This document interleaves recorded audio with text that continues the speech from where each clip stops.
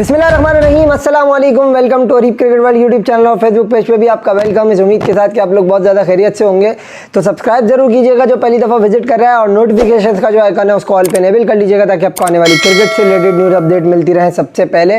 Pakistan versus New Zealand 5 match ODI series was started today, और पिंडी में आज पहला मैच खेला गया पाकिस्तान और न्यूजीलैंड के दरमियान, जिसको पाकिस्तान ने बिना किसी जो है वो मतलब नए ड्रामा को क्रिएट किए जीत लिया। और लग ऐसा रहा था कि पाकिस्तान ये मैच बासानी जीतेगा। जिस तरीके का स्टार्ट हमें फ़खर और इमाम ने दिया, और उसके बाद जो है वो बीच में बाबर आजम की भी पार्टनरशिप हुई फ़खर जमान के साथ, और फिर जो है वो रिजवान जब बाबर आउट हुए तो उसके बाद थोड़ा सा ऐसा लगा कि मतलब यार ये कहीं बैटिंग जो है वो रेत की दीवार ना साबित हो और गिर जाए, बट रिजवान ने उनके बाद दूसरे आइडिया थे और उन्होंने मामलात को जो है वो पाकिस्तान के हक़ में किया। तो पाकिस्तान ने शिकस्त से तो अपने आप को बचा लिया, बट प्रॉब्लम सारी ये है कि जो हमें देखने को नज़र आ रही है कि बहुत सारे हमारे पास जो है वो ओपनर्स ज़रूर मौजूद हैं, बट ये है कि मिडिल ऑर्डर के हमारे पास जो परफेक्ट आप कह सकते हो कि जिसको आप मिडिल ऑर्डर प्लेयर, वो हमारे पास मौजूद नहीं है, जो हमें आगे जाके परेशान ज़रूर कर सकती है। और शान मसूद जो है वो ज़ाहिर सी बात है, पहले भी उनको खिलाने पे जो कंट्रोवर्सी हुई आप सबको ही वो पता है, और उसके बाद आज भी उनको खिलाया गया, 2 ओवर उन्होंने ज़ाया किए और उसके बाद वो आउट हो गए। तो शुरू से बात करते हैं। अगर हम शुरू से देखें तो मैच समरी भी आपने अपनी स्क्रीन पे देखी होगी, और उसके अलावा जो है पाकिस्तान ने जो है वो सबसे पहले तो बॉलिंग बड़ी ज़बरदस्त की, जिसमें जितनी तारीफ आपकी करो नसीम शाह की कम है। उसने आउटस्टैंडिंग बॉलिंग डिस्प्ले किया। 29 run he is just given away on in his 10 overs with 2 maiden and 2 wicket as well. तो मेरे ख्याल में जब इस तरीके के आपका एक बॉलर ऐसी परफॉर्मेंस कर देता है तो फिर आपके पास जो है वो जाहिर सी बात है सामने वाली अपोजिशन जो है वो प्रेशर में आई जाती है, क्योंकि आपका एक बॉलर जो है वो जो कि मेन बॉलर नहीं है, और वो जब इतनी परफॉर्मेंस अच्छी कर दे तो फिर जो है वो परेशानी जो है वो अपोजिशन के लिए बढ़ जाती है।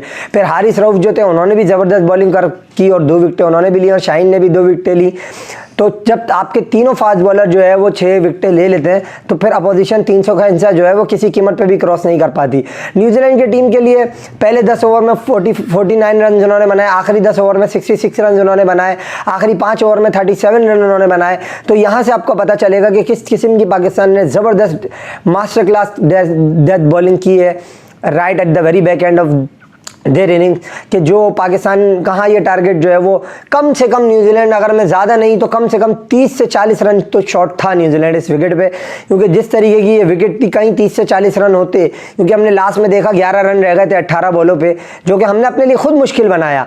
क्योंकि बात यह है कि हमें इस मैच को फिनिश 3-4 ओवर पहले करना चाहिए था, जो कि हमने इसको बहुत डीप लेके गए और हमने 9 बॉलें पहले मैच फिनिश किया, तो कि ये हमारे लिए एक गलत है। अब देखें मैच हम जीत गए, ठीक है, खामियों पे लोग बात नहीं करेंगे, लोग बहुत सारी चीज़ें भूल जाएंगे, बट प्रॉब्लम स्टिल देयर के देखो हमारे पास जो है वो बहुत सारे ओपनर्स हैं, मिडिल ऑर्डर में नहीं है। फ़खर ओपनर, इमाम ओपनर, सही है, उसके अलावा शान ओपनर। आपने मिडिल ऑर्डर के लिए जो है वो अपनी, और शान का नंबर इतना नीचे है कि जहाँ पे एज एन ओपनर अगर आप उसको कंसिडर करो तो इतने नीचे के नंबर पे जाके आप उससे एक्सपेक्ट अगर करोगे कि वो आपको कोई मतलब 50-60 रन करके देगा 25-30 बॉलों पे या 35 बॉलों पे, तो this is not going to happen, because he is an opener, he will always utilise the power play when he bats.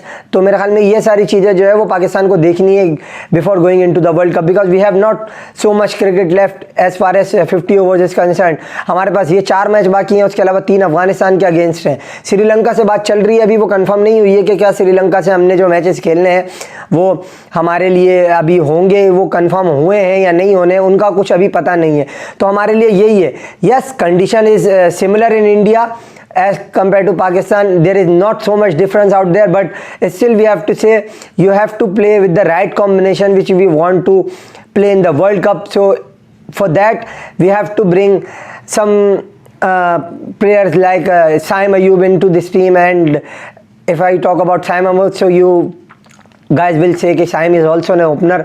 तो प्रॉब्लम सारा वही आ जाता है फिर कि हमें फिर इफ्तिखार की तरफ देखना पड़ेगा, या फिर हमें रिजवान पहले परफॉर्म नहीं कर रहे थे तो रिजवान अब परफॉर्म उन्होंने भी कर दिया है। तो मकसद कहने का ये, एक मैच में तो खैर मैं जाहिर सी बात है अगर परफॉर्म कर दे कोई तब भी उसको क्रिटिसाइज या फिर जो है चने के झाड़ के ऊपर तो नहीं चढ़ाया जाता, बट ये कि अब रिजवान को कंसिस्टेंट होना पड़ेगा। प्लस ये कि सलमान अली आगा की मैं नहीं समझता कि जगह बनती है, अगर आप उसकी जगह इमाद वसीम को टीम में रख लेते हो तो आपके पास एक ऑप्शन ये भी होगा कि आप बॉलिंग भी करवा सकते हो उससे, प्लस ये कि बैटिंग भी वो ठीक ठाक कर लेता है, पूरा बैट्समैन है। और प्लस ये कि फिर एक सवाल ये भी आता है जहन में कि शादाब खान कब परफॉर्म करके देंगे विद द बॉल। आप उनकी देख लो लास्ट 1-2 मैचों से परफॉर्मेंस देखें। आप तारीफें तो सब कर रहे होंगे भाई पाकिस्तान जीत गया, बट मैं इन प्रॉब्लम्स पे इसलिए बात कर रहा हूँ आप लोगों को पता चले इस जीत के साथ ही कि हमारे साथ मसले आगे हो क्या सकते हैं। और देखो अगर आप इस न्यूजीलैंड की लाइनअप के साथ भी आप 9 बॉले पहले मैच जीतोगे तो फिर आप ये देख लो कि आप स्टैंड किधर कर रहे हो। Yes, we have seen some good performances from Pakistan player. Fakhar Zaman जितनी तारीफ करो कम है। और उससे पहले अगर आप देखो तो डेरिल मिचेल ने भी 100 की। ये विकेट ही ऐसा था कि अगर बैट्समैन टाइम लेगा और अपने आप को पूरा क्रीज के ऊपर यूटिलाइज करेगा अपनी कैपेबिलिटीज़ को, तो मेरे ख्याल में वो फिर 100 करेगा। और यही डेरिल मिचेल ने किया 113-115 बॉलों पे। और उसके अलावा फ़खर जमान के 117 रन आपको बताएंगे, 60 रन इमाम ने किए, 49 बाबर बैड लग रहा कि वो आउट होगा। और उसके बाद जो है वो रिजवान ने 42 रन करके पाकिस्तान को इस मैच में कामयाबी दिलाई।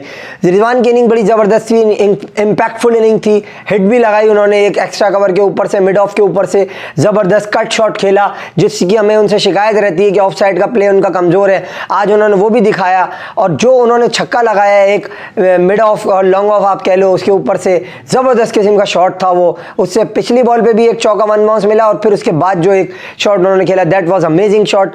और बाबर को अगर आप देखो तो बाबर ने बड़ी जबरदस्त बैटिंग की, टच में नजर आ रहे थे, 50 एक और हो जाता, बट 2-4 हाथ लबे बाम रह गए। अनफॉर्चुनेट था कि वो 50 कर ना सके। बहरहाल जबरदस्त किस्म की पाकिस्तान की परफॉर्मेंस और brilliant bowling display by Naseem Shah. And you have to give credit to New Zealand as well because they have fought hard brilliantly right at the very back end of this game. और पाकिस्तान की गलती जरूर है कि पाकिस्तान ने एक तरीके से उनको चांस दिया, बट स्टिल जबरदस्त किस्म की बैटिंग की पाकिस्तान ने और इस मैच को जीता।